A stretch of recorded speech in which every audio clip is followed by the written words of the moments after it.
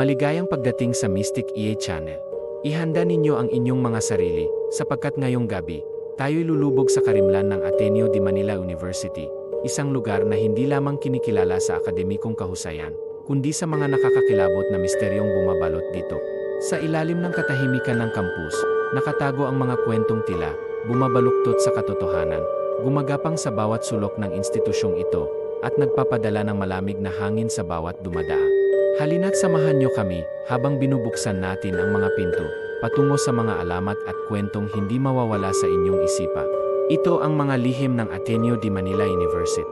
Skeptic ka man o maniniwala, ang mga kwentong ito ay nag-iwan ng bakas.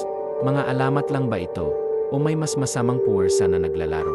Kayo na ang humusga. Lumang gusali ng Communication Department.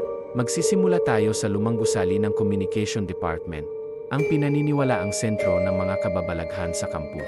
Ang gusaling ito, na tila ordinaryo sa unang tingin, ay puno ng mga kwento ng nakakakilabot na pagpapakita. Sinasabing sa madilim na hagdanan na patungo sa ikalawang palapag, may nagpapakitang ina at anak, binalot ng maputing aura na parang mga aninong naghihintay ng kanilang biktima. Ngunit ang pinakanakakatakot na kwento ay tungkol sa isang paring Heswita na nagmumulto sa lugar. Hindi lamang siya nagpaparamdam, kundi nagpapagalaw rin ng motion sensor na kamera. Sa tuwing may nagre-review ng footage, isang kakaibang lamig ang bumabalot sa kanilang balikat, sapagkat walang anuman o sinuman ang nakikita sa kamera, parang nilalaro ng puwersang hindi maipaliwanag.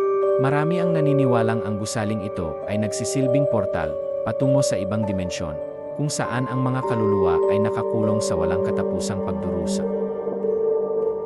Dormitories. Sunod tayong maglalakbay sa Cervini at Eliazo Dormitories, mga lugar na dapat sanay nagbibigay ng kanlungan sa mga estudyante, ngunit sa halip ay nagsisilbing saksi sa mga kababalagha.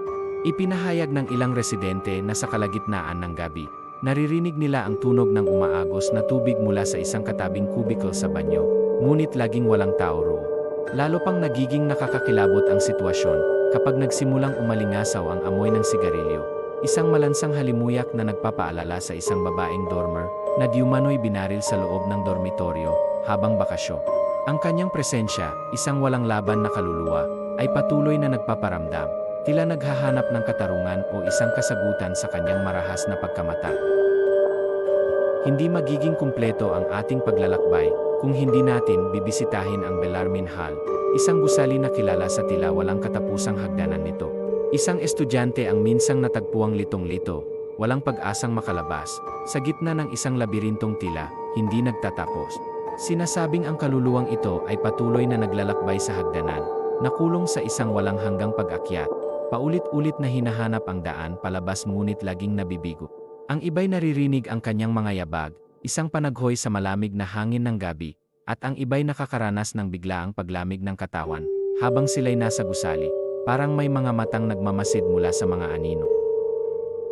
Dadako tayo sa Philippine Institute of Pure and Applied Chemistry, PIPAC, isang gusali na bihirang puntahan ng mga estudyante, hindi dahil sa pagiging malayo, kundi dahil sa malamig na takot na bumabalot dito.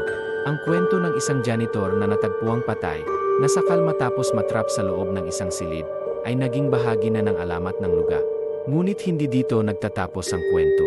Sinasabing ang kanyang kaluluwa ay patuloy na gumagala sa mga pasilyo ng PIPAC. Ang kanyang boses ay minsang naririnig, nagmamakaawang makalabas, habang ang mga estudyante ay nakakaranas ng biglaang kilabot sa kanilang liko.